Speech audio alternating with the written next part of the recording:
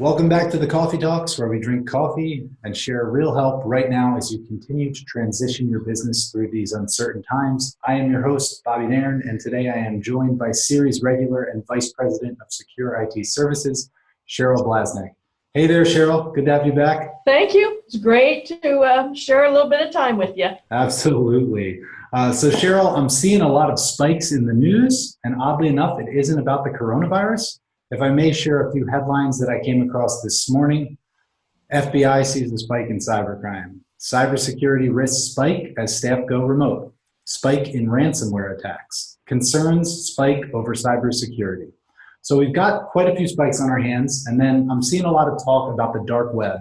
Now, I don't personally know too much about this subject, so maybe you can tell us a little bit more about what the dark web is. I can. It sounds so ominous, the dark web, but it actually is an area that is a lot of trouble to a lot of people. And I think the best way, I found this great graphic, and this is the best way to explain about the dark web. So let's just talk about the web in general and put it all in perspective. At the very top, we have the World Wide Web. We all know exactly what that is. That is where you and I live and breathe all the time, but it's actually only 4% of the entire internet. So public websites, company websites, Google, Amazon, all those places we go to, that's the World Wide Web. So think iceberg, and you go underneath what you can see above the water, and it's bigger underneath. So let's look underneath the water to the deep web, which is actually 90% of the internet. It's places you and I will not go. It's not accessible to us, to normal search engines. And basically this is governments, government resources, medical information, just all those things that need to be kept very, very private. They are locked down in the deep web and not available or visible to people. And then let's go one layer deeper, and that is the dark web that we hear so much about. It's only 6% of the internet, but think about, we're very familiar with the World Wide Web, and that's 4%. This is actually a little bit larger, which is somewhat disconcerting. And it is encrypted networks that you need special software to get to. You and I probably don't have any idea how to get out there. And the content there is stolen, and illegal information, personal information, company information has been stolen. It's for sale. Illegal pornography, drug trafficking, anything that bad guys are interested in selling to other bad guys, that's what's on the dark web. It sounds ominous, it is ominous, but it's not hopeless as far as how we can deal with it. Scary stuff. So here's the situation for you. My data is stolen. How can it be used against me? Well, in a variety of ways. We've probably all heard about identity theft, maybe even know somebody who has had their identity stolen. What a headache that is. Some, it's very, very serious because they're not able to get back what has been stolen. Other people can. But beyond individuals, companies are also a prime target for hackers because they have lots of information. So if you or I get hacked, it's just you or I and maybe a few people we know. The whole company does, especially like a doctor or a school, university.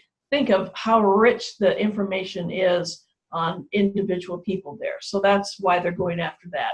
So if data is stolen, they're going to steal a company's proprietary information and potentially could sell it to a competitor or let it out there, which would not be good.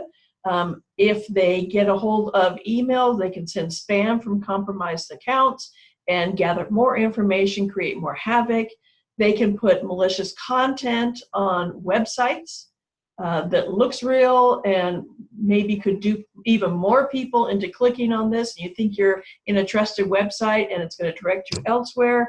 They could install malware on the compromised systems. And the second most favorite thing that we've probably heard about is ransomware breaches, where they could hold a company or a person for ransom to get their data back. Got it. Ransomware is actually part of one of the headlines that I read earlier. Can you explain a little bit more about ransomware and let me know how terrified I need to be?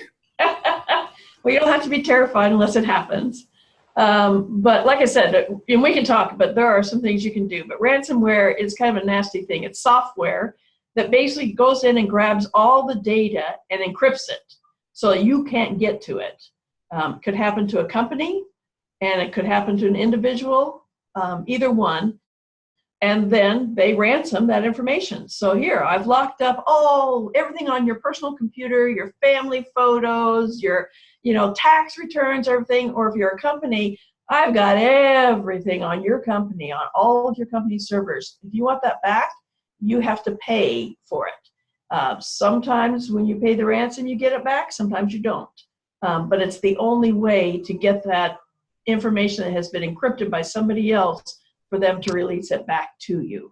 And it's, for a company, it can be absolutely devastating.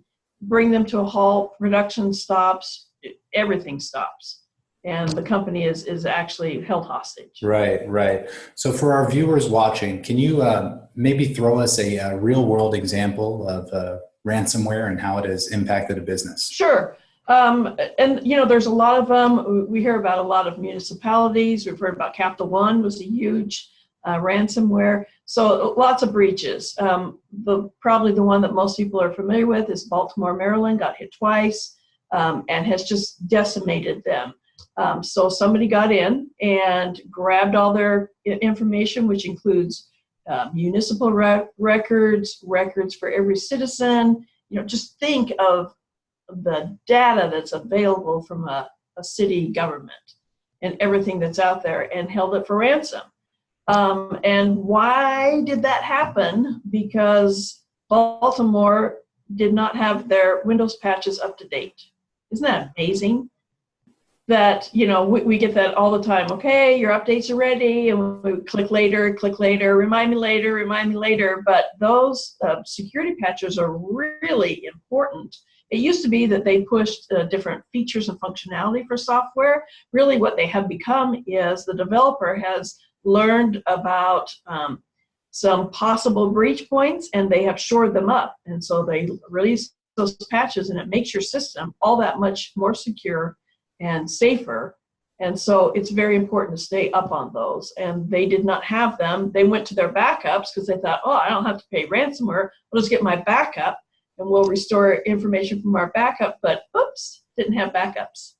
So, some of these very basic things that we think about can open the door for hackers to come in and, to get our information. And the thing you have to consider is the fact that typically personal information or company information is compromised and for sale for an average of 15 months before anybody knows about it.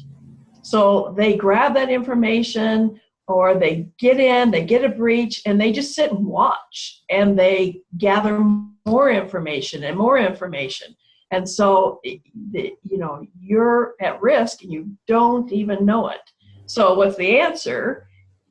As far as the dark web is, you need to know if there is something going on out there, that if any of your information has been released, and that you should do something about it. So we, as an MSP, One Step Secure IT is very high on dark web monitoring, which we provide to all of our customers.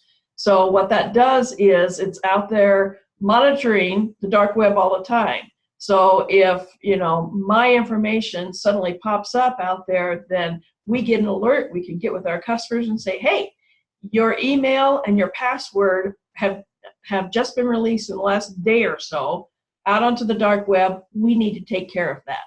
And so we can get with them. We can shut down accounts, change passwords, do whatever we need to do to try and thwart those bad guys. So, today in cybersecurity, the game is to try and stay one step ahead of the hackers.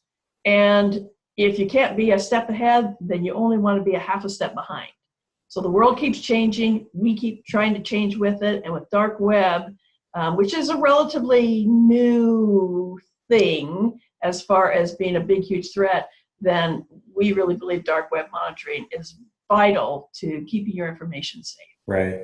Cheryl, as always, thank you for joining me today. Thank you for sharing that. We'll certainly have more to come from Cheryl in the very near future as things continue to spike. To everyone watching, we certainly hope you're taking care and remaining secure. We'll be thinking of you to subscribe to the Coffee Talks, view more episodes, explore helpful resources, or get help right now. Visit thecoffeetalks.com. Be well, and thank you.